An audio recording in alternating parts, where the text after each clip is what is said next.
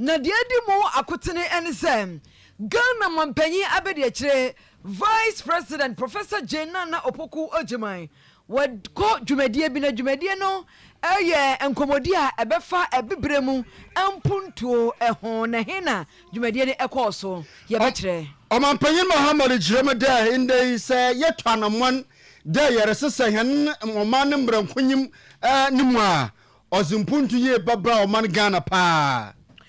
Enkrofobia wonum kutan kontima ni akode womu ye gadamsefo ye baaduonum na yese kwa ye brentu obi a wonkawe mpatam honum no womu akọ honum se omu mpene kura ho no be ye adwuma enam so ama woni ye adwuma honum wonum buofu Speaker of Parliament so olutum na shebogom fofo de zodi no ho bajigalam se men na so ba ye show won ra shebogom ho papa osofo be Ghana yatena ye eni abode mu nyansa pen fididwuma nim die so e de atodwa se roba no wo se mprempre nyina ye jai yusu emye fanya adwuma kura fi se e ha adwen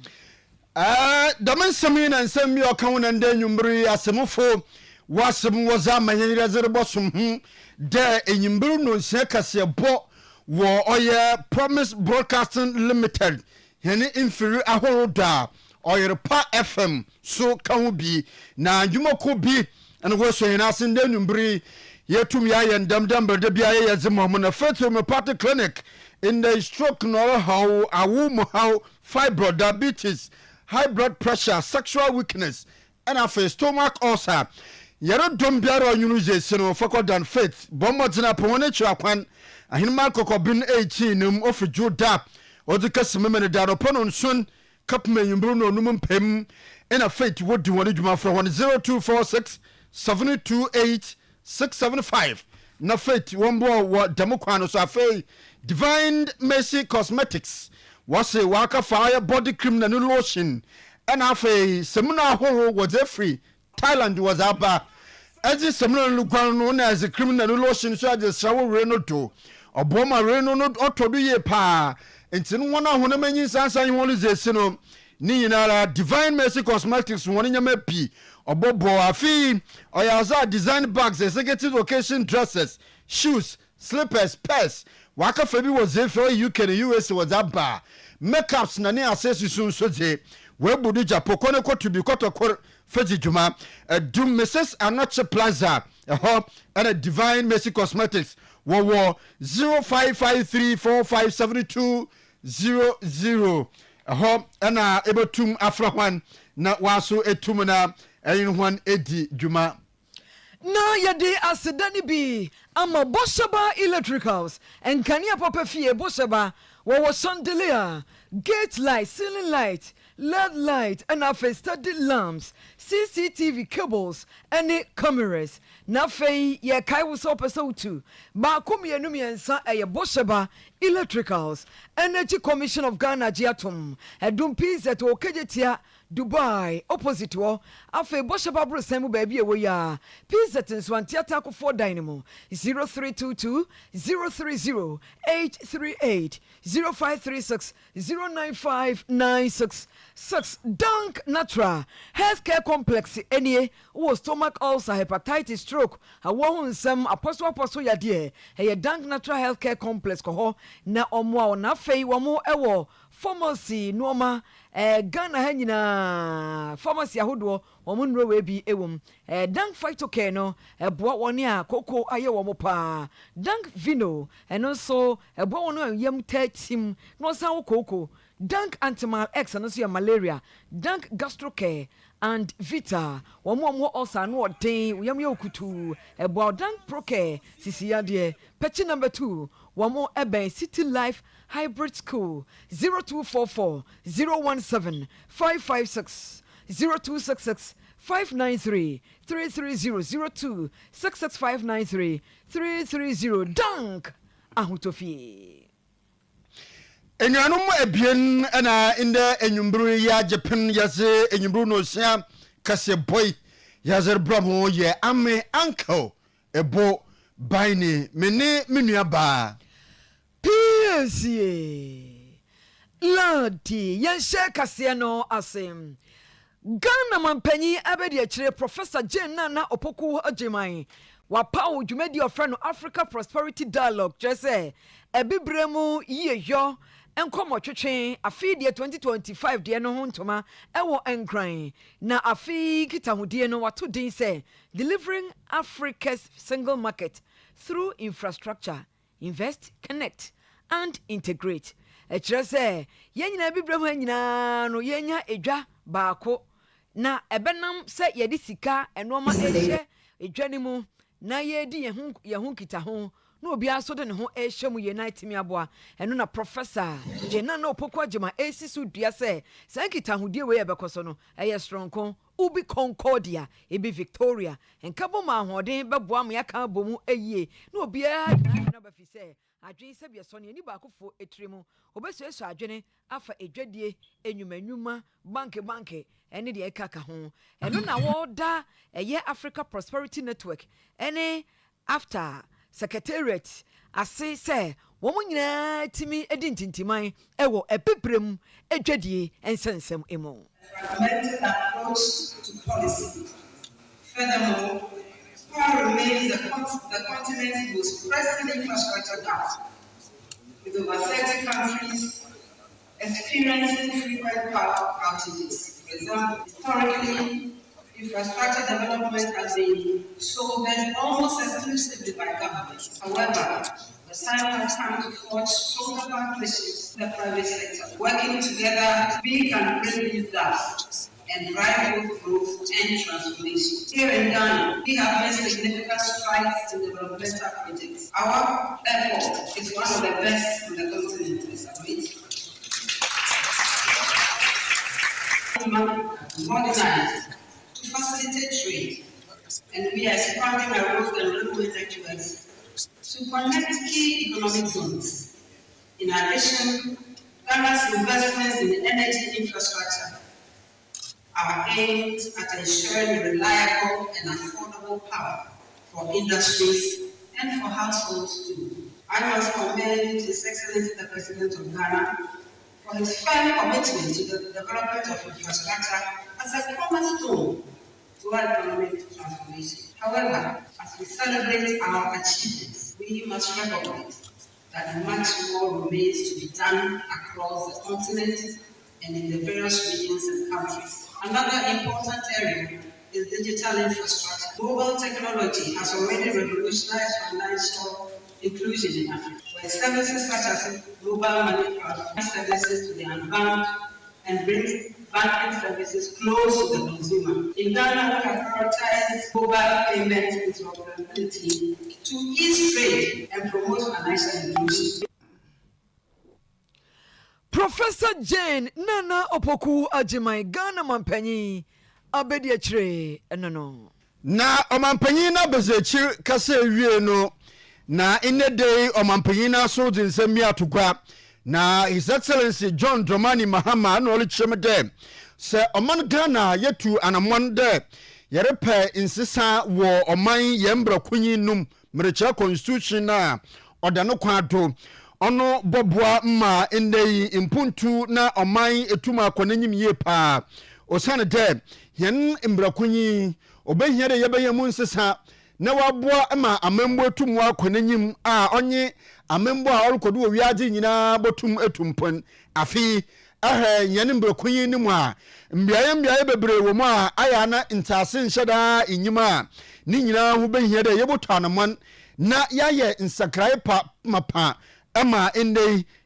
constitution no watum wedimu na omampanyi de demensem nyina tugwa wabra na oropo oye ba wotwe iku a worebetena ase na wahwe na wadoso yembre kunyi num dembra ba ya bebia nsakra wan watum wa ya meche 8-member constitutional review committee no na omampanyi licheme de oman Ghana yetu de man mo ni bi pen denka yer pede yesesa yenembra kunyi ni mu no ono kire de Ghana ya krado de yababua ma makamimam nka bi wa konanim no no no le chem de 8-member committee me cheba wotwukui aye dwumati awoda so won nsa won kohwe constitution num ne won doso wonyambre ne wonhwem ye pa bebiara mentem ho ase iwo ho bebiara ombo moman ne mpuntu nkwanyim no bebia ommo mampanyintum dodo no ni nyinaro wonhwe nansa krai papa osede ye no what the report was about. Is not an admission of failure, but an acknowledgement of the progress, a recognition that our democracy must be dynamic, responsive, and ever attuned to the needs of our people. This is not the first time we have sought to refine our constitution. On this day, we honor the foresight of His Excellency John Evans Atamils, who in 2010 established the Constitutional Review Commission led by Professor Albert Fiajo. Comprehensive work of that commission, along with the efforts of the Constitution Review Implementation Committee chaired by Professor Evio Dankwa, laid a solid foundation. More recently, in 2023, His Excellency Na Ado Dankwa Akufo-Addo established the Constitution Review Consultative Committee chaired by Mrs. Clara Berry Kasati, whose findings were submitted last year in December 2024. These initiatives reflect a long-standing national desire to refine our governance structures, and today we must take the next bold step on that journey. The task before you is critical. You're not just reviewing reports and proposing amendments. You're helping to shape the future of our dear nation, Ghana. Your mandate is to carefully examine past recommendations, identify necessary changes, and create a clear roadmap that will finally lead to meaningful constitutional amendments. This process must not become another chapter in the history of unfulfilled reform efforts. It must be a turning point, a moment when Ghana moves decisively from discussion to action. Understand the weight of responsibility that comes with this task. I assure you that your work will not be in vain. This will not be an exercise in futility. Determined to see this process through, and I have every confidence in your ability to deliver results that will serve both the present and future generation of Ghanaians. NZIT Mampanyin His Excellency John Dramani Mahama in the day wa Banakasim Abra na Warapa Watchukua Warwashan Wodoso de Somna in Sasabiara or Safata Wamai Hanembra Kunyim Numuno Wetumwaye Yanko Galamse and Sansam Emwe Sa Yoko or Ko Bakufon to Min Conti a month for a Kuhuduo Ghana Manfobi. Wamwaka bomu agadamse kon wo kona wuko enkawie mensi mu a wamo ewo kwa ebrentuo bi a yenwimu atwe ne adioku yentwamu nua basabasa kampese ayemu gadamse nanso nkra efri ho eba ne se emema ma ne mabi atiasi mu a wamo eye gadamse ne dendenden a wonum suro he bugada henya ena wonum edete honom na yei ena wo kire se wuko forest no mu a kwa ebrentuo no mu a ekwa ko baabi e from franfa adwenya penkuro eho no yesi eso fen ofen eda ho baabi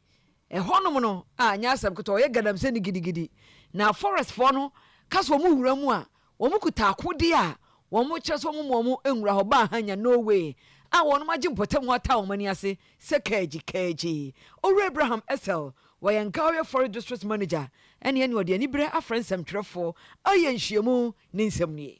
Nansia no galamsey no amano hospital wo ya reserve ba ko efre no official tabel forest reserve. In fact be bosume ne nsane nan ya atwamu no ye ne galamsey fo akọ le wo ya district hanum nyina na nyame adom ekobrase esanje kwae no si ho a na adwumayfo ko ho timi ko didwuma na weekend dey twamu ya na ete se nkrofo bia san akọ awura ho achi kwae no aboso a omumu bia anko nti besumai se omunko no munkohwe ekọ ere chese no kra na dwo no kọ na mrantie bi abopampim wo ho a omama yenkwada no anwuram ti ade chi me ame yese me de mani be kwa akọhwe me kọ no kwasem ne me hu pampim no se ebo ho e fa efre no mofra fa adwene ofiri ho na wo kọ apenkura ye kwae no hye sa kuro mienu ntam nti edu ho sa no kwae ba kope na betimi de awura kwae nim edu kwae ne hu se barrier e wo ho na mrantie amkuta tuo ne nsekan gina barrier no ti me bopin omo Owura Abraham SL to aso ka se nrachi ya enrachi omu so omafiri ho bi omusuro omu ko ho no kukuru wo hye ho anche aginamo wo mo ya agima no wo ma wonom enwra ho bio ani se kan bɔ ha tukura ha nneɛma bebree mo maka nso gyina ne nkyɛn na obisa me sɛ de asɛm nam so yɛ forestry for yɛ de official car ne kɔɛ ɛpɛ sɛ kɔhwɛ yɛ kwaeɛ no fa ha na yɛdi dwuma wɔ hɔ asɛm a bɛka kyerɛ ne sɛ ɛkwan ni hɔ me sɛ ɛkwan ni hɔ no sɛ sɛn na ɔde ne sa bɔ yɛ car no yɛnna yɛ ho na me sɛ nti na mehwɛ sɛ de sin no grantie no kɔba ne adeɛ na nso mekɔ no me de officer na ɔhwɛ hɔ no kwan ne kɔna yɛpɛ sɛ de ani kɔhwɛ ade mehwɛ na ani anyan nti ba fie na yɛ sɛ daabi ɛbɛka kyerɛ yɛn mpanyinfoɔ na yɛn mmeranteɛ na ɛfrɛ mo sɛ rapid response team foɔ no ɔmo no nso so atumi abɛ support yɛn na yɛakoto ɔmo so sa nti ɛka yɛn ho bɔ mu a yɛnya teams no 9 nti soma ɔmo a ɔmo du hɔ no in fact ɔmo wɔ hɔ na ɔmo frɛ me sɛ chief edu ha no mmeranteɛ no so ɔmo ma yɛn nwura mu na me sɛ amere kura deɛ ɔmo adɔso akyɛn deɛ adwoada no wobɛhu yɛ no nipa ne wasisi an obiara ka sɛ mask hyehyɛ ɔmo ti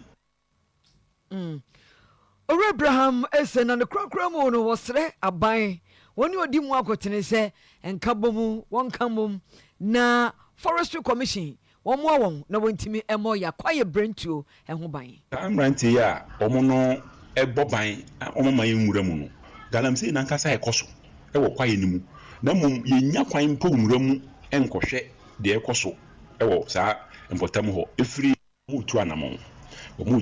pa me awerɛhyɛ mu sɛ ɛnkyɛ biara no mmoa bi ɛbɛba nti ɛbɛfa akwanya so ne asrɛ sɛ mpanyinfoɔ bɛboa yɛn sɛ kwaeɛ no ɛyɛ ɔman mu no nyinaa agyapadeɛ na sɛ mpanyinfoɔ amoa na ma nipa kakra bi fa mmara hyɛ ɔmo nsam ɛsɛ kwaeɛ no saa no a daakye bi no ɔman mu no nyinaa bɛkura no hwɛnhwɛ nti ɛbɛsrɛ na yɛasrɛ aban mu mpanyinfoɔ ne ɔmo ka bi wɔn nyinaa sɛ ɔmo mfia no ntom na ɛsɛ no sɛdeɛ adeɛ ne kɔ no tra forestry management akɔyɛ security issue go forestry for the kongura mu a ɛno ansɛ taya koraa bi ayɛ ne bi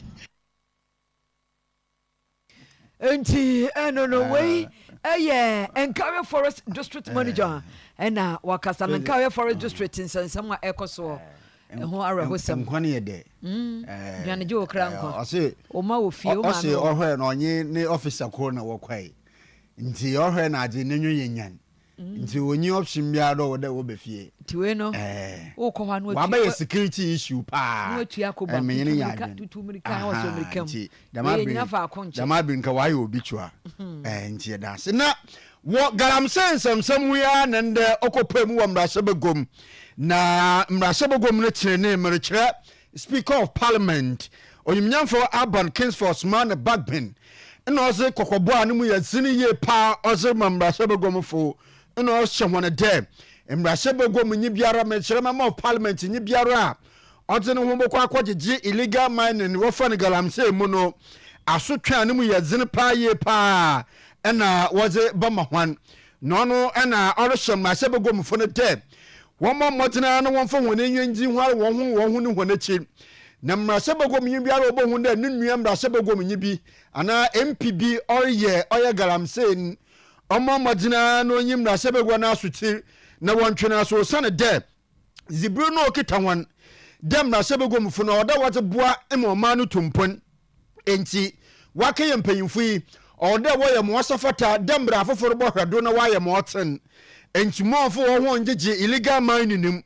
enti olo se won se won refra olo ka hwane de wa ba mbra sebegwa m de wo bo hwe na wa hyehye mbra na wo etu anamo na osafata tene de wobaye no de to o man mpon enti wo indem na hyebegom no Speaker of Parliament wa abɔ hon kokɔ MP biara obaye galamsey no la na so baye show. It should never be lost to leaders of the country that we do not inherit the earth from our ancestors. We borrow it from our children. Let this be our guiding principle as we safeguard Ghana's natural resources for posterity. Honorable members, galamsey, and I mean galamsey, must be confronted head on. If any of you happen to be involved in galamsey, please advise yourself. You must be prepared as a house to bite the bullets. We must lead and show the way. And please, if I get any information that any of you is involved in Galamsey, will start taking the necessary action from them. Please, if you know them, submit their particulars to me. Honorable members, we have a code of conduct and we have rules of ethics. And we have the constitutional provisions to govern us. In fact, I am going to remind you, those of you who, apart from ministerial and deputy ministerial positions, those of you who are called upon to serve in any other office or profit, you must get the permission. Honorable Speaker of Parliament, in our bomb, Rashabu Gomfo, Kokote, Galamse Mudimu Jima, Yabochu Masu Ye Papa. Yanko roba ensensam ho ene yemududo no ha enim se roba yede no aduane heat no roba yede chichire ensuo yede chichire no ma no se heat komu e wudi aduane egum na heat komu a etimi nane egu yede aduane mu ama yenya ohaw pa timi kofa cancer ba etima oyam hihyew ekofa anxiety ye no ma bebre ewura adwen mu kura kofa ohaw akese bre ni padua no eno achi no nso ye ba ya tena ye environment a ekosha asase ni mu a eye non biodegradable entimi enyam entimi empro na sha asase ni mu ebio nso eye dangerous ema livestock some wa ye wo mo no titru anantwie ne mponche omo mne rubber etimi eku wo mo enti rubber no eye environmental degradation say ensa setimi masuyire ba fi se eje gota eboso osofo ye yi no so ho ya tena ye science ye abodemu nyansape enfididwuma mu nimde ene owura Ibrahim Mutala Mohammed wakonverting committee no animu na wo kire se rubber no a eye dangerous ya yi dangerous ema oman no eni kwanse etena ho twen se yisie nya kwan foforo bi ansa na ye jai rubber no use dabi se de ehun ni hu esitienti e wo se jai Juma edidie bia ne ebra e wo man mu ansa na sabie so adwene apekwan foforo bia ye befa so enya bibi foforo sha na mu. I think in response to this, just like I responded to your earlier question, you don't just ban because there is a challenge. You need to be looking for alternatives. So if you don't have the alternative and you go ahead to ban, the consequences will be dire. So what I think I will do is that let's have a comprehensive, study on the issue and find out the alternative. How do we support our domestic industry to come out with, if you like, reusable containers, biodegradable packaging, and these are things that other countries have done. Rwanda didn't just ban, they came out with some of those things to be able to stabilize the system before they went ahead to impose such bans. So I think that is what I would do. Honorable Ibrahim Mutala Mohammed. Eraba mata tete ye raba bia dama brone wezim fi oye eduonu esuan mreche 27 years na wofo ena worka sei na raba bia kumase ena na oche na oye June 27 2022 mfie basa orokonyi ina raba mata kumase oche wokopemu wo sehwi bekwai mejira atoye echifido mantem numu ya ena workaji juma wo hwa na chedo oyi egoja oze mfaso baba nono na ewurabe kwose na akwanhyewu wo hwa abonefo bi wokokun sabe wotwa ti wozi frido na nyame nchaje nhona a woti dam nyampransami aposefo so hone pechi wache hwan ema yerekase asam no wo court na mata oya tete na ebusue na wori kirem de beye mfie baasani we di court akwana ba ma wo hunde asam no bebia ore ye wa akono oya za oya tete ni sentin de asam no mfo osi wo oya sehwebekwan nanso wori za asam no wo nkran court a nizinti oya ejabin court wo nkran pompuni mantem na ahone busuafo oyepoye mantem na wote ntine buru biara wo ba fra asemi oda wo faka na wo banan wo ko oye nkran pompuni mantem we tweda mo kwan na mfie baasani na wole kyem de ohoye pa ntide mabiru wo sugun oye minister of justice do omampanyi John Dramani Mahama na afi the inspector general of police IGP do there was stre woma motina no wanyi court nkasa na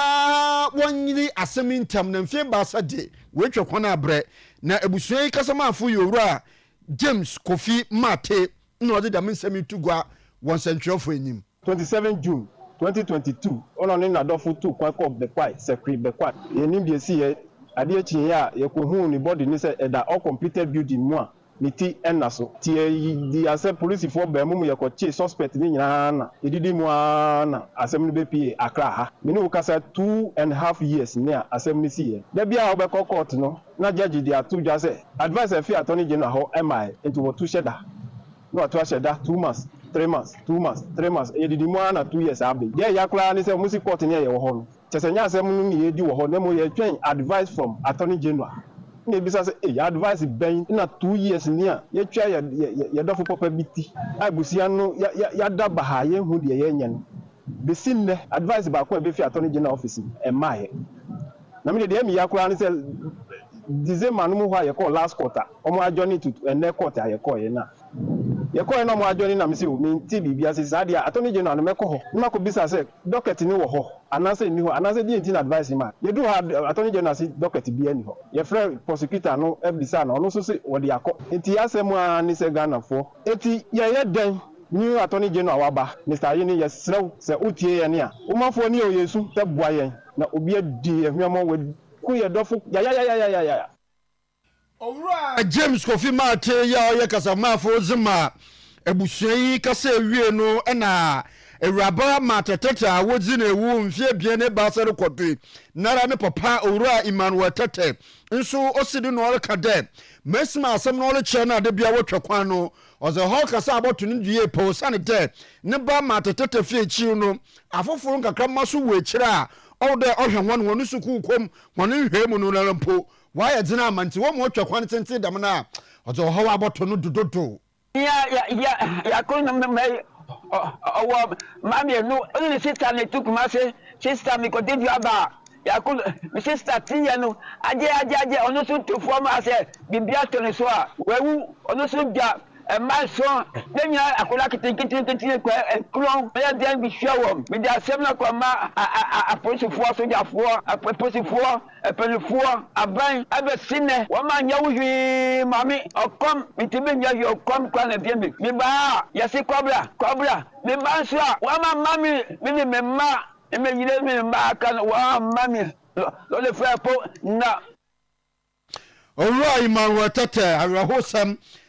Mata Tete ne papa woro hwede nka wo benya atentene kobra no ne mu hawo ne bi ena wode tem sentrofo won anyim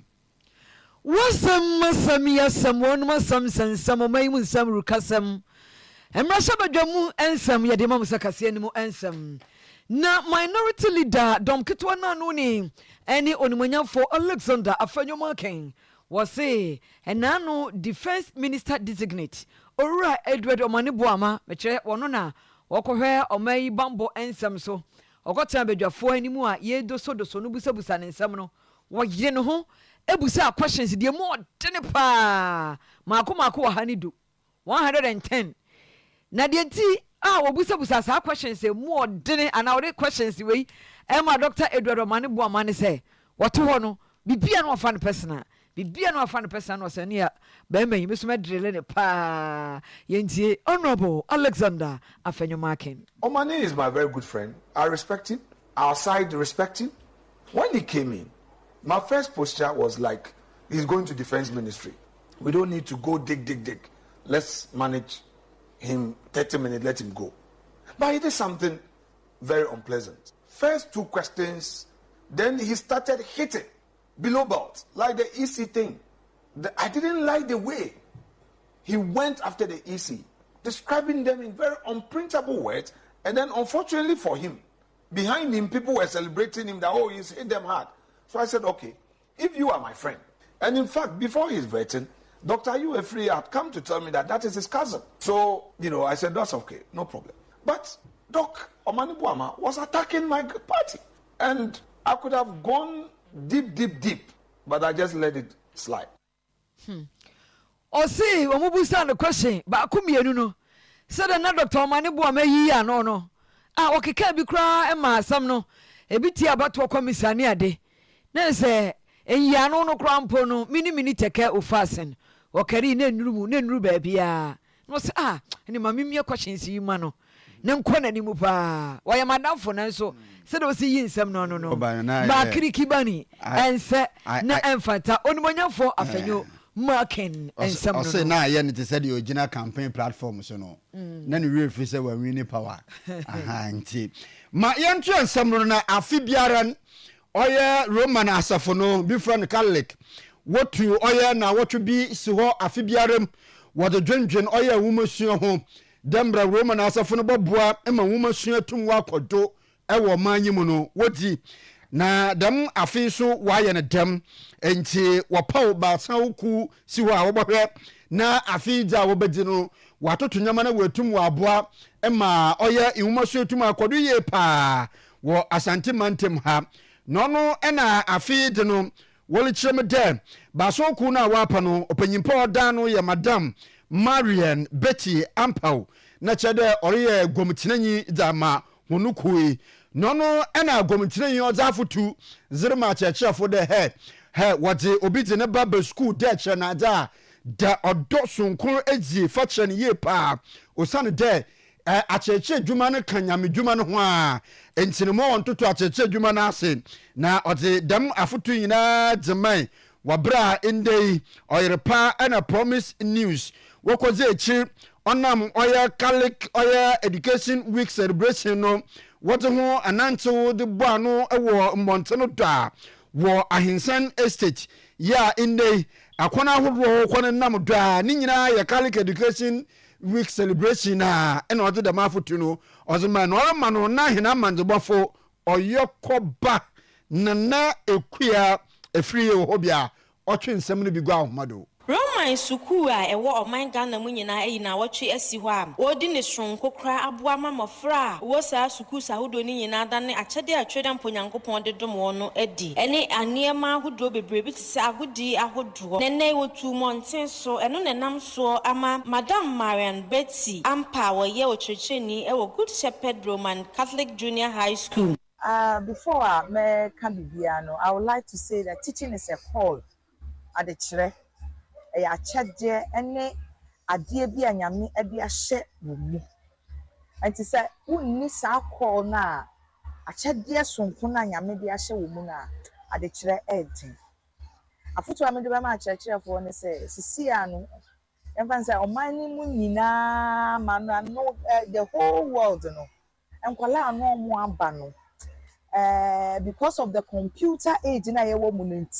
almost ordained. And no, I put me the mama church for near and say, young fabutre or dog. Now, young Fancham Kalana dear, everybody are not editing. The son says, near Kalabi crab a yatra or classroom, but a hono mene near Wayama wouldn't na kai what doing say a jumana woo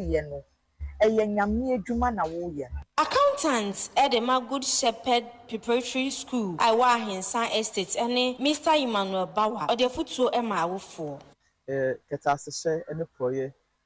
Ghana handsome day, a idea of Padakra to Hasemda. They're not yes, and I watch you, my dear, you know, the better cost of your dear, and see a talk or so now, Yakai, and I am my mother who say, a idea, a bomb my pa, a more my equatory, and Munti, Brown, your best dress, I will phone so. Sister for ya from the school no yen so bomo den say e bucket as share ba pro e ba bim de ho nsem a yen so e be ka bia che ma no say nya de pa e bra police ne agina wo na mfom so nti wo yi sika fu botum de ahye bibi mu de ama no se onye no ma onfa hu ni no na keta as share dream day pro ye e na wo hye mu kena no abofa no sade nso be hu obehwe so de anyini no no so da chi bi nso no obeka se me maami ana me papa se number bi ne efom a sika esi etimi ade nyina yi ntimo otimi de sika etutwa deme e basa emwa da chi bia mo yempenifo bedi o man so a madwembe mo se sika na etimi bibia na nso ene bibia na sika etimi ye enti ana Roman asafo wona school ahoro afi biara wotu na wotwe si ho na wode dwendwen mo ba ya anwomasua bakɔnkan no afi di wa akɔdo na opanyina oyɛ gomkyerɛni dimoku a wotu wona so Madam Marian Betty Ampao and other for to the man achechefu.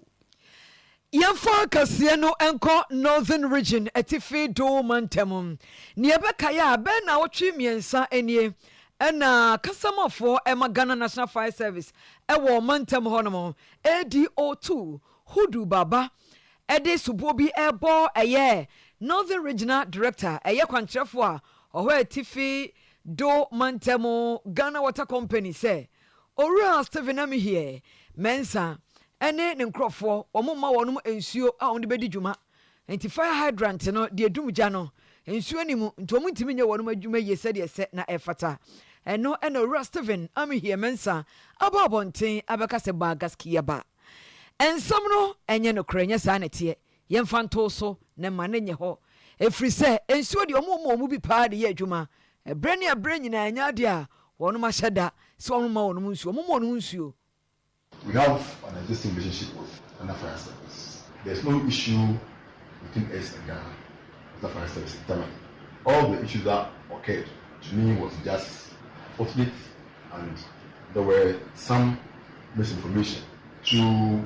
address the issue that occurred when the timber market caught fire,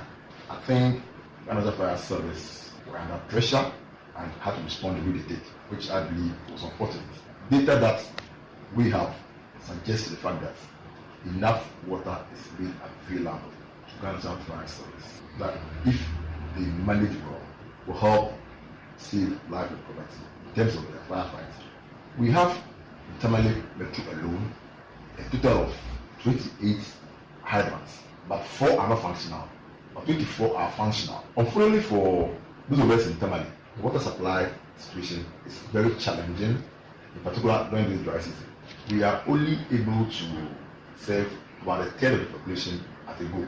We require about 90,000 cubic meters of water a day, but we are currently doing about 55,000. So ration the water. What it means is that not all the 24 functional hydrants can have water at a go. Owura Stephen Amihie Mensa as a fire service in Penifua, one more tamale. Omunya nsuo no a omunyu su no judiciously womunyu su no se ne kwa so se de be betimi aye adwuma dodo ama wono. Moving forward, we shall improve our engagement with Ghana Fire Service, and we shall also appeal to them to manage the scarce water in Tamale properly, so they use the water for the intended purpose for which they draw from the islands. Those of us in Tamale will attest to the fact that in December and January this year, during this dry season, water flow has improved, and this has come about with a lot of investments. The first investment was targeted at our 20,000 cubic capacity ground level tank at Okogyabour, where most people call Bywater. That facility was rehabilitated and made functional last year. And then again, our Cladan high level tank, still tank, that tank was also rehabilitated last quarter of last year. And the same period, our Bagabaga high level tank has also been rehabilitated. Owura Stephen Amihie Mensa ye tifi mantam kwantrefo Ghana Water Company Limited. Opanyin Alexander Afenyomakin ye edom kuma wawo mbrase begom oye hwan banodini na etefo bakaya empanyimfa wabobo wona dzin de wamba ya asoafo awo toto wona no mbrase begom yi adanu kurubi kopoemu a na Free Masonry Society wano ho asem kopoemu ho no na ndeda Afenyomakin kopoemu sentwefo enyim ena wori bi se na Afenyo a Freemason in Yimpano say, Amen. I am a committed Catholic, Mokwa pa in fact. A debiara meant to Mankwa sorry demon. Mofada or Tumu Bemifia Nama office, babyara mafra no pa on your bay sir. And in Roman Sumono, oh, Mijidipa, no mountain a mountain ye. Freemason may a member. But then Brankofu ayeda or your secret society be what is Sronu Nebi Wadash Tina or your waka do your antichrist and Chade Freemason one para wati Christo Nizino or Yano Quar hey ye Jesus di pa ye di Kristo di ye pa na ame mosom na ba bia mosom no enya dza mosofoe otiam anampo da wa bom kokobi da consider so kra na communion so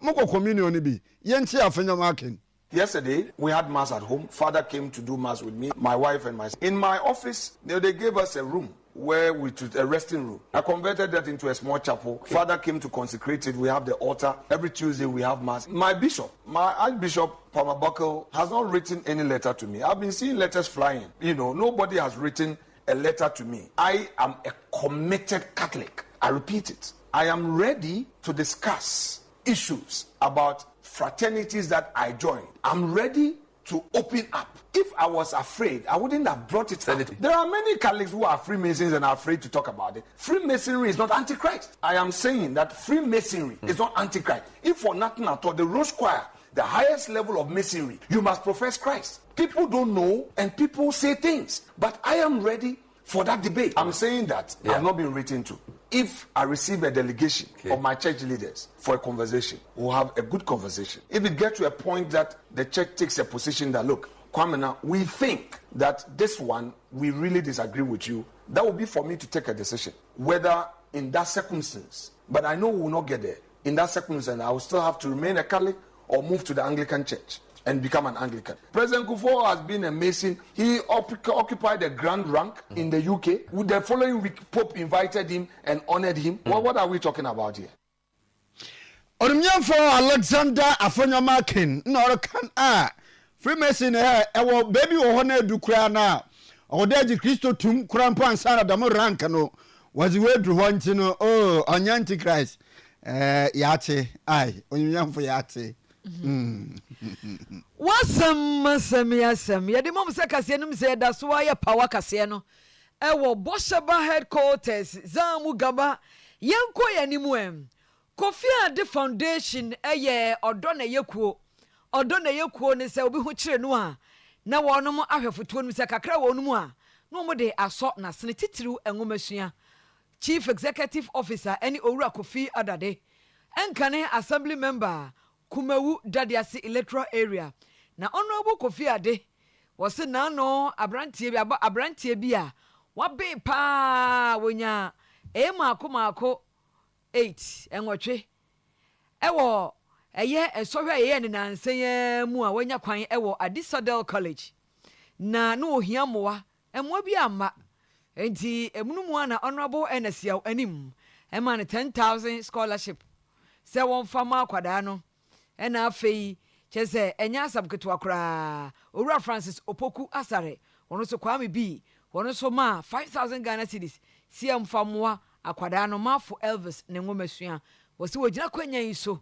a kire se enipa hia obi ansan wa yobi enti wo obi anu abo obi de ono maye obrempon basapon onyankopon wonhira wono anyanum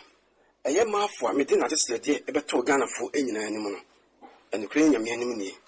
mede kai ada onyankopon bo so bo asase no ase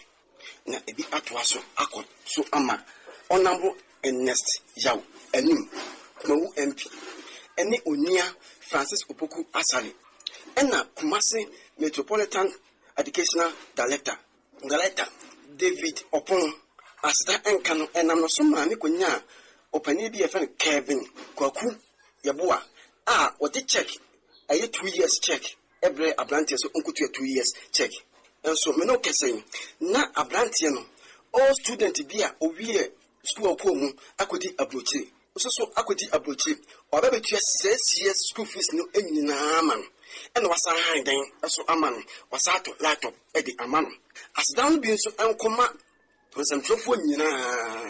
impanifo mabobo mu nyina asdan bi enkoma wom asdakese enam de mom na de America afasase mu no sem Ghana fo nyina me antase ne enwene ho se ebase abrantie bi ayi sa bibi sen na so small medicine anabia na akoye course kese bia enka Metropolitan Municipal District Assembly no omonhwe na omonfa no hoka nyina na se basa akoye msa medicine no oba na nka district wo no na to district hospital no mo na sa contract bi na abia 5 years ana 10 years e basa abranchen oba no be adwuma ho a obetene ho aye adwuma yi yo honorable Kofi Ade kai ko kari waya ade ne mo a wo bo amanfo we akwada no adisada college utim se wo kɔ hɔ no kra no na ne ho kyere no na wo wie yen so wanya 8 A's enya sankoto e wo wasi results adisada college no kɔ no se bi ohiani ba na se wa secure admission e wo KNUST na se akasika kudi ba wasaba na wadedi ntobo a wade abo akwada no nti Nyankopɔn nhira Kofi Ade ye bɔ mpa ese akwada no de results be papa be ba obetimi abɔ na yiye o de oyere no ho suade o sane de Honorable Kofi Ade wa abɔ no ho modin ye pa o kan kwada wo so a wo mo box no so ni no mo senior high school no ono atoto cho box ma wo no e no ono aso ade kogya wo no so ono ma be o ya de o de motivate wo mo ampa motivation no aye adwuma afra no hwere no suade ye na wo inda wo oya youth employment agency me chere waye wo re chere ma mante mo ho ase kakra bi isi wo ho a eno nhyeda anyanyika owura Jacob Atule Adongo sabe oyobi a nanwa wagidam wo nanwa ho ohun ade na wo re chere de owura Jacob Atule Adongo ewuram wo youth employment agency ho a waye adwuma wo ho a chere ye papa oburu mfitu nono ena no pay oba office door ba adwuma akwansidi bi kwado ma ne de wose won pen ma omba no omba ye na adwuma na oresona ban after 10 years in orbadan korba ye adwuma as deputy CEO merecha penyin kwanchefo na bazechir won na de ena wose won penin na no so le chirem de eba oba no obada oje appointment letter kitanin sema oya 27th January 2025 yara ino nya dem letten oji free abankasim de ono ene wa bonizin de onkaye panyin kwankyerefo na abazechir wo youth employment agency wo ono nti abade nti ina wo pede wo sunu kwan de obokwa akafa na egwa as deputy CEO nono ene ho na wo sunu kwan sunu chem de da bi opanyinai nkrata no igina dunta inde azreba no oye fake onye no kwar obiara mbo wutin na panyini so kasa da he why na den on dem rokita kata is the deputy CEO na obeji papa. I respect the CEO, but this appointment cannot be revoked by the CEO. You and I know that. It's just like a deputy minister's appointment cannot be revoked by a minister. It's been appointed by the president, and it's only the president that has the power to revoke the appointment. Once the president has not revoked the appointment, I see myself as the CEO, deputy for finance and administration. He will not thwart my efforts. The current CEO will not, and has never. He's a young man who understands what I have done for the party, who understands what I stand and the principle I stand in regard to young people. The currency will not do that. And so, please, I'm not saying the currency will have done anything. They are faceless people who want to use the current CEO, and they want the man to fail. So they do not want experienced hands to partner him to succeed. There have been several corruption issues that have gone on in the agency with service providers. And these service providers have been stealing from the public for far too long. And they know Adongo Atule is a firebrand. Once he's elected deputy, once his appointment is appointed as deputy superintendent officer in charge of finance administration, he will cause massive audits. And those people will go to jail. Because our government have declared zero tolerance for corruption. And so because of that, they are doing everything and anything to thwart my effort to becoming the deputy CEO in charge of finance administration. That will not work. The only one who can revoke my appointment is His Excellency President John Dramani Mahama. And I will gladly respect his decision. Owura Jacob Atule Adongo waye juma wo oye waye ho bobr infidu en okwada ndani dibiu no we pejama was da bi edi deputy CEO a onye ye yanko yenanimu ehyew bokuo bi e friend economic growth na wo say sabre ya owura John Dramani Mahama wama IGP kwan say won fanya hwemu emfa enano nipa bi omufiri mu ewo tachima ebra afempimienu ne aduonu ye toba eni afempimienu ne aduonu nan mu na rise for change for economic growth ekuo ehubokoi efri NDC mu na wanoma yensemtrofo nhyiemu owura DS Mahama ene di kan ekasaaye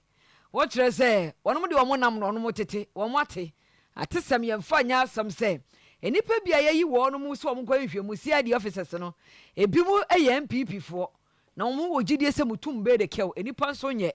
ahwe ombetimi ekululu bi wom no no ma honin pa dia no oden se nhwemu no yeso omkwa no omo fa fan ye nukredie enye wonom adwuma ebaye ewo abaye twa mu 2020 no ene sa afiwe die mu na ono so ero Ferdinand director of CID na director of CID yenso ono so dia ma CID fo bi se omunye hu adwuma na ye hwe sa CID fo ya dia ma omunye a omo ni ye bi ne kwan ya omo ahya se edi ya adwuma no ye hu se sankrofo we no investigation na omo ye no emboa eti ye sanko hu se sankrofo na edi adwuma no ma omo no omo ye MPP adofo eti omo pese omo ye kwan bia so na omo sei cases yi enso so no anye bia no chechimai case esi 2020 no ye nyina yo hu video no nso nsema asi wo ho ye hu nkofo bia na omo hye police na ma na omo wo ho ye hu asoja fo bi nso omo hye asoja na ma na omo wo ho e na MP no ejina ho eti anye bia no wo be sha say investigation na eso invite MP no eso we invite electoral commissioner na oye in charge wo ho no na utumi fiti enja sankrofo no enkonkwachi obi different say obe ye wo ya sa person say investigation no invite sankrofo we na ti omo asem na possible ti omo na di ade na nimu ono nso na yesa declare ade no dia one fans wa when nyina tiri no was na no sika bi $6 million ayirai wo National Security Office Annex ho no na wo gidie mo papa se sika no o hede yifri ho e de kota owura Mahmudu Bawumia campaign achi enti eno nso so His Excellency Awula John Dramani Mahama ono mu hwehwem de ben ewo ansa na enu achi no research National Security Annex mpanyinfo bi nso awie sika bi $6 million eno nso ye pese ye draw aban attention na o investigate sa asem no na mo refa ne sa sika no mfa ma o man we o man hu sika Akufo-Addo ne nkofo a point omo na omo adiga na hwembo pa efise omo sika na ombepe ye nyo man we na ombesom ye omo awie sika ba bia obekobia no sika we ayira sika we aye ansa na Akufo-Addo ne mba nso ato aban fie no a ya to ama omo fofofo ene nsase bia no so ka ho nsase be 40 a eda ba bia eye pa a o ton sase no kura na o beton sase no more than $1 million sa e ho na omo select e de ama omo ni nyina ye sra ban foforo wa ba John Dramani Mahama administration say o investigate sa de we asema nti omo so ra Mahama investigate sa and some way arise for change for economic growth Shoboko ewo NDC amanyoko no emo womu panyi omu kendifo eni ora DS Mahama wodin sema hodo atudwen ijase shwa ende ye free afia se opagya no ho wo man ganem ya otu na nyimdisi oye igwa hurum meche godibia ahurum na kantamantu godibia no so nense kanaden oba ne dam no ene wapaw oye baaso ku bia woro hwede woro san wesi gofufuri wobaya ma bibiara totoye ya dache nkwamban ijasisu biara nkasi oye kantamanto igwone mu biem na opanyina a wodina ato oye ikuya no ye owura Ekins Buachi mensa nono ana oziru to enyim de anomonto a worutu de woro hwede ijasisu nka babiem wo kantamanto nye de wanye abanan dwumaku bia obane de wona afutui ena wona nhyehyɛ boa ima igentum ntutone bi litin komo na dwumaku bi te de Electricity Company of Ghana, National Security ena afei Ghana National Fire Service na wetum wa kyerɛ wan ekwana won fanfoto na nyama won fangu akɔno ma inne kantamantu gon wor sefoforo mo baya igwase so nkamba biem nono ena owura Ekins Buachi lesali kyerem de anomoto ahwangase wanye egodefon le chacha won kwana wafado wayuso nyina ma wonzen mekyera electricity afe ebra wode babagoma aboto na ade na bra wode bopon ena afe nwona awoto na ejiba no wogom no wohwe nso de wona ejiba na awonu atwanen wobonu wo fieje abagoma aboton dande wobonu no wogom ho ara watwan eyina ayense ya wodiri gwa akwam de mbra ba ya da chan kwamman ijasisu nkasi kantamantu biem dame nsɛm no nyinaa to gua wabra babra nya abotere ɔde dame nsɛm nyinaa to gua wabra aba man Ghana mu a egodifa a wodi ntaroto no ho gua Metro Cloth Dealers Association of Ghana wɔkɔboa one with 520 packet of roofing sheet na chade roofing sheet packet konkura ahenu edonu guachi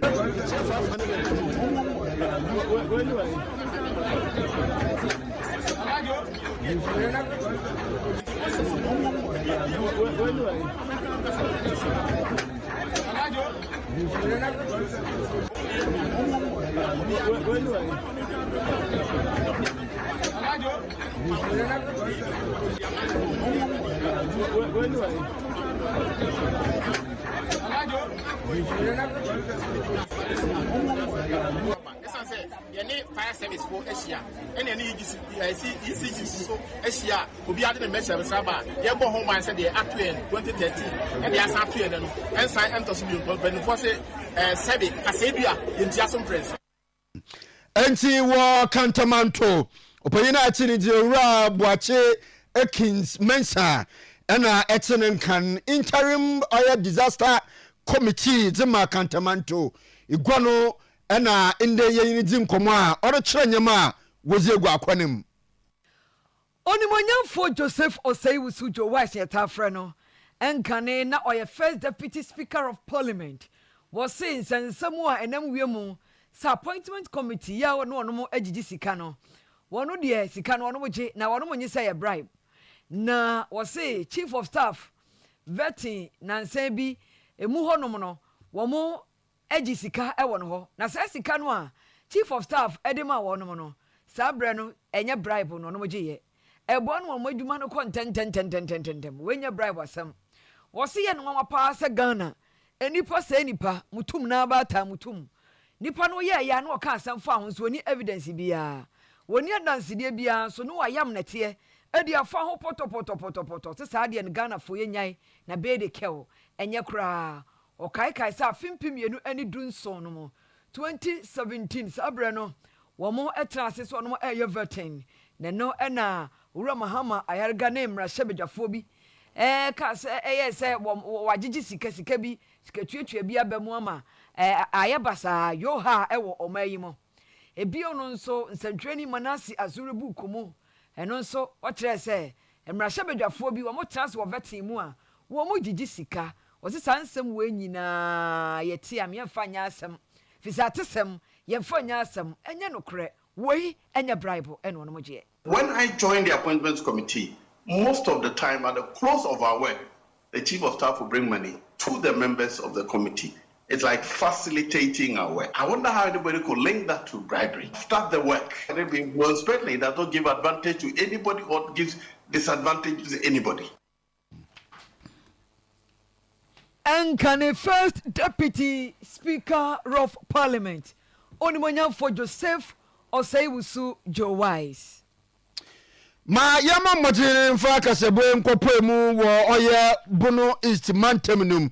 na ho na police fo a wo oye Atebubu amantin mensin no mo woro hwehwe abranche bi a wejimfi oye aduanan ya oye truck pusher Baba Adongo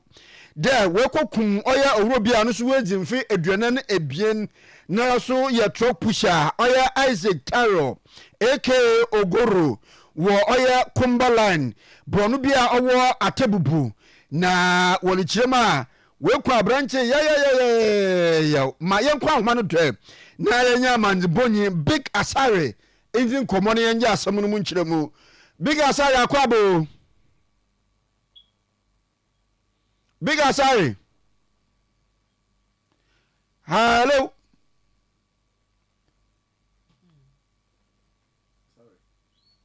Enchi yarebo modina na yene Big Asare good evening. Okay. Good evening. Aha. Nti obana dan imbrantie bieni. Why anyankofo beye mfie num ni aba ade na wa ba Ayangofo afenechi ni mfie num ni nechi no ekura tum ekunkure. Nina ene se eye Isaac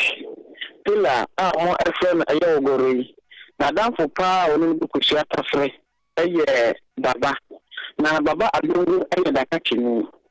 Na Isaac enzo eye safoni. Ani nyina no ene se mo ye munafofo bia. Omo ananti ati pa wa atemu abatro mpesua so hanom. Na obi ni bia kwate bayira no mo a. Me no wo kase me yonko ba ko tinye kumba ba yetinye me na fi mo.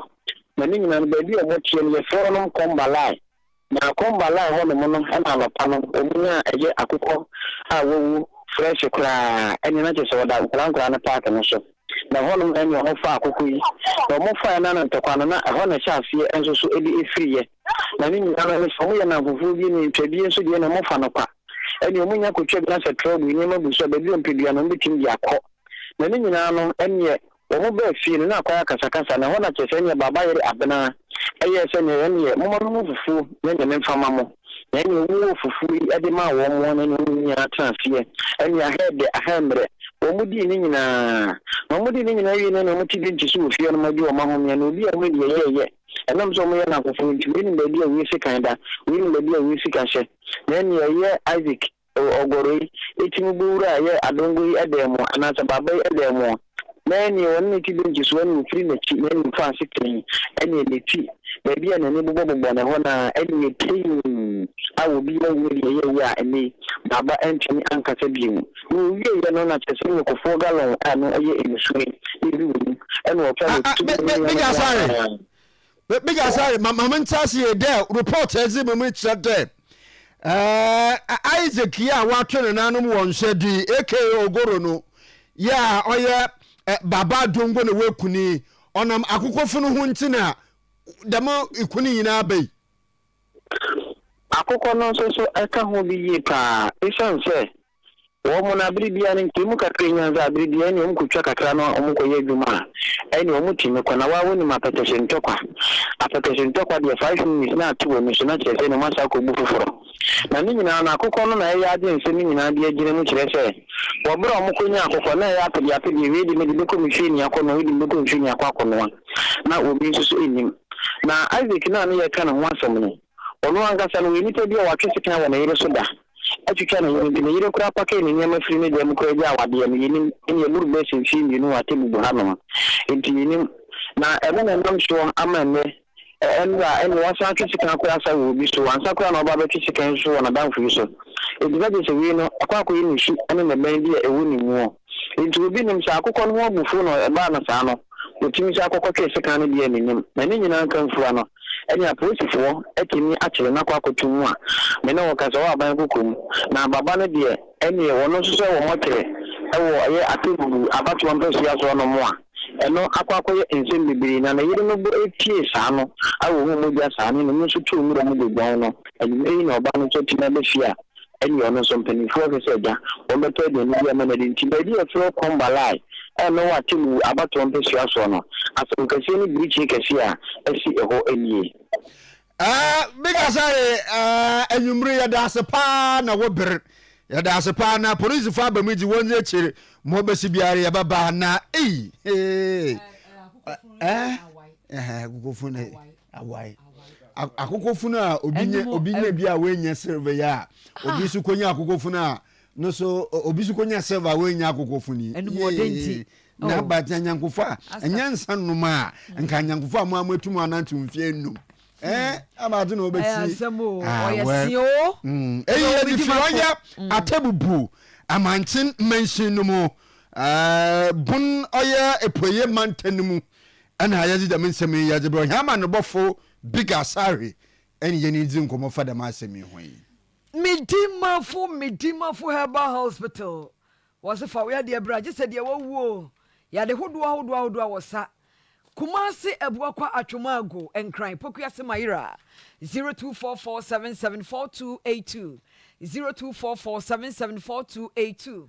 0500727215 Gusto Mensoplast Mesha Gusto Meshano hey also drew typhoid we am yo ya we am hwie hey Gusto Mesha Mensoplast Mesha oba kwa fichira wote yawo efie gya dumu etimi siesie oba kra white nyina yi free ho no prostaplas mission nso boa prostate enlargement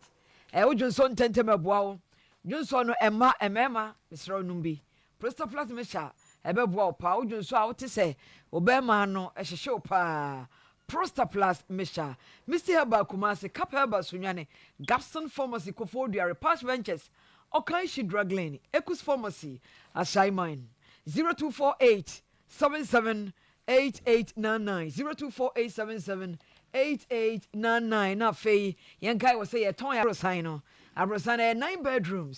bedrooms 3 halls 3 kitchens 2 car garages 10 toilets and baths storeroom bako 1 guest toilet 1 borehole afei prono wa bulletproof obi tutu a enka no kra yensia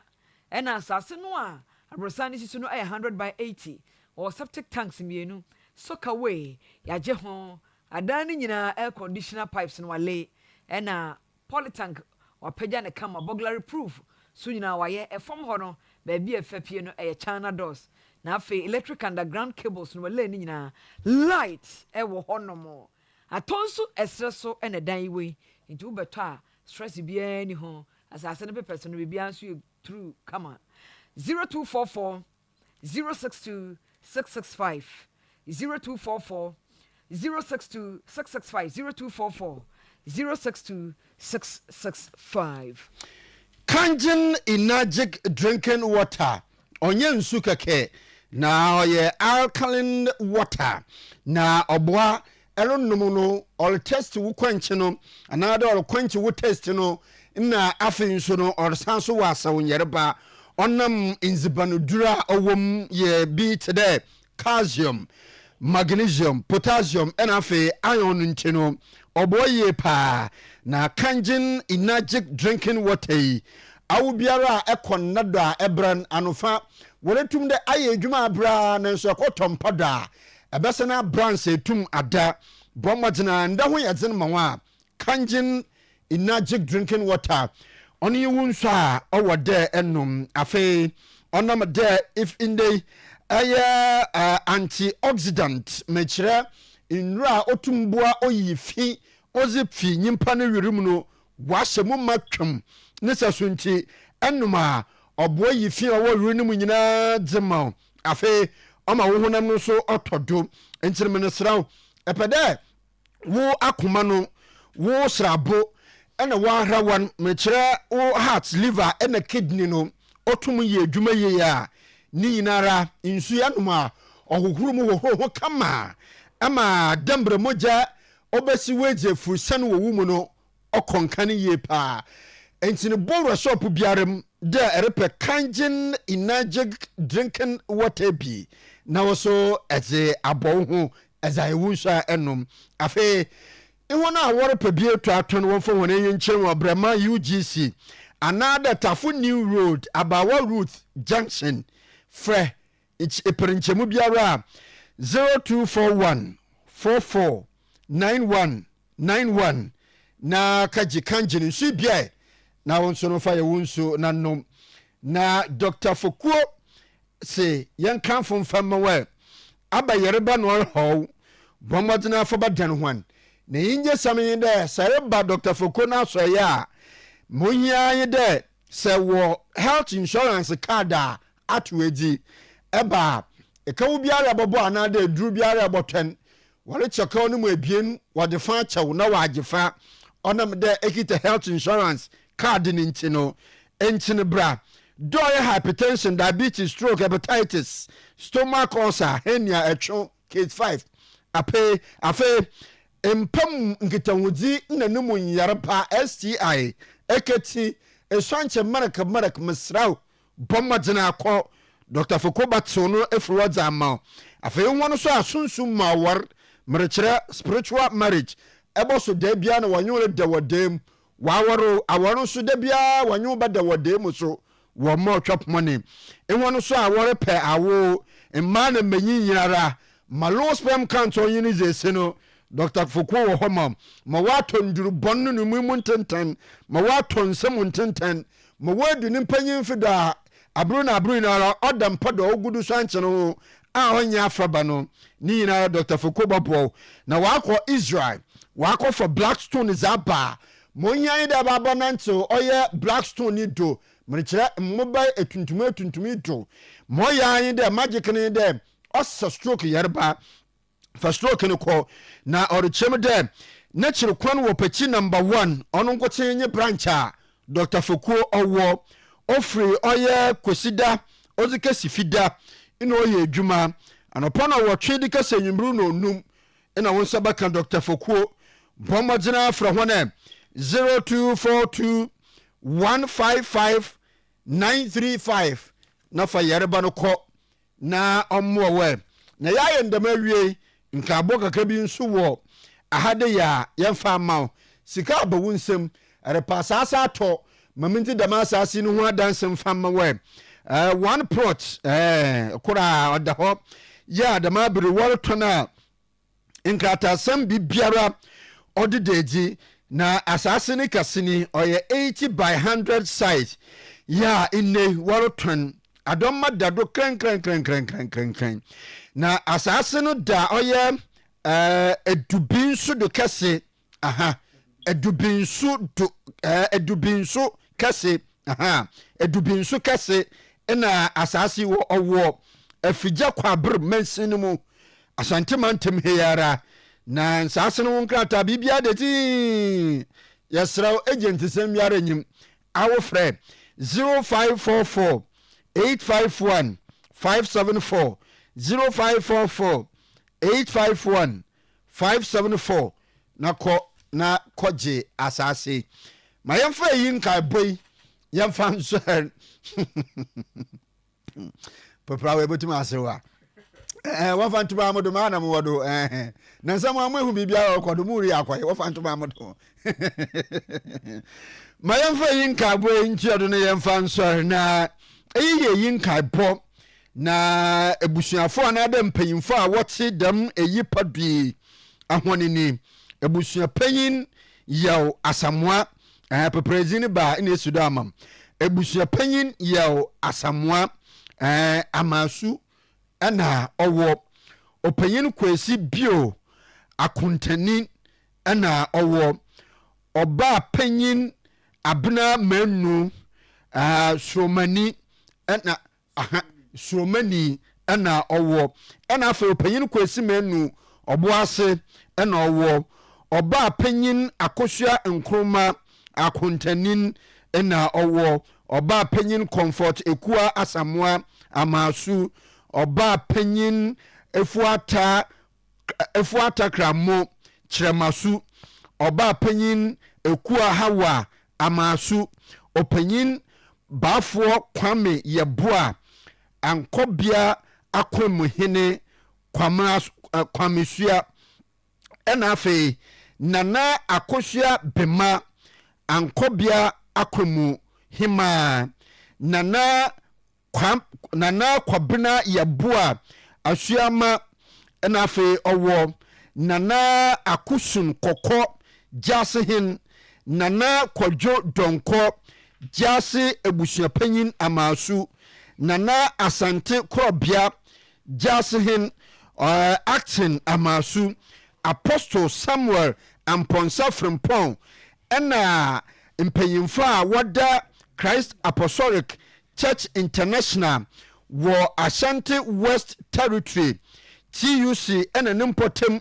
ena asorumba ni nyina ya wo Christ Apostolic asafo no a owo Santase Sekiti nyina de yemfa damo kwan do yemfa nsimu ehi de wonadze wono sofo panyin wono papa wono ne banyin wono kun wono bibia Reverend John Cheme Odeya Wanso opanyini ina ono no ye Circuit Pastor Christ Apostolic Church International Santase onyamfi eduonum esia mreche 56 years na neyi hu nhihyeeni wolikyerem da memen ne yoru be 1st February 2025 wo ason bebia ason won Mature Christ Apostolic Church International TUC Kumasi Assembly wozene botumpom anopa no nsia dekapem anopa no wotwe wo wia asafunum hwan no waye ewufosum wo ho wodze aman wo oye anopa no wotwe kasi anopa no ndumpemu wo wi a wodze emunu bokọ oye doma ahinkro wakopen kora be wo ho na ebusuani bi bakọ na ebusuani bi rokọ no ebisu no betena echi ya wo betena fom wo Christ Apostolic Asafunu mu hwa international TUC Kumasi Assembly no na wona abokọ akopen kora be no so kwa wakwa bana wabaka won ho na watena se kama wo wi a no kosida 2nd February Christ Apostolic Church International Santase anopono wotwe ene we free ni oye ewufusuma ase wazama papai wo wi a wakatena ase kama wakata nechi wanum ne yisantin wol sede ejamfo na aboafo woma modin wo mabu ebusua na asafi na won kata Reverend John Cheme nechi kama osane de so ye Reverend ono a nchobaba ye gina ido na yase enda enwumbere kase boye jesi owura Emmanuel Odro Korea ena oye semfu panyin owura oye Jimmy Cliff semufo abazechir ahona wasensemimu wazima hen ama yaze bosomu afe nanayo popra ena obobo ye chidom the producer afe Silver Room edusi pokuya wo ho Papa Sly wo ho orueku wo ho ye hu na waka nyim odi ye ho nyina Silver Room ne technical fo nyina ya da mu Facebook fo ne ya da mu nyina nso ase ehia no so a yaje pina nwumbru yaze kese bo ebramo oye ame uncle epo baini na munia pa piensie ladi Dominus Bobisuku Numinumus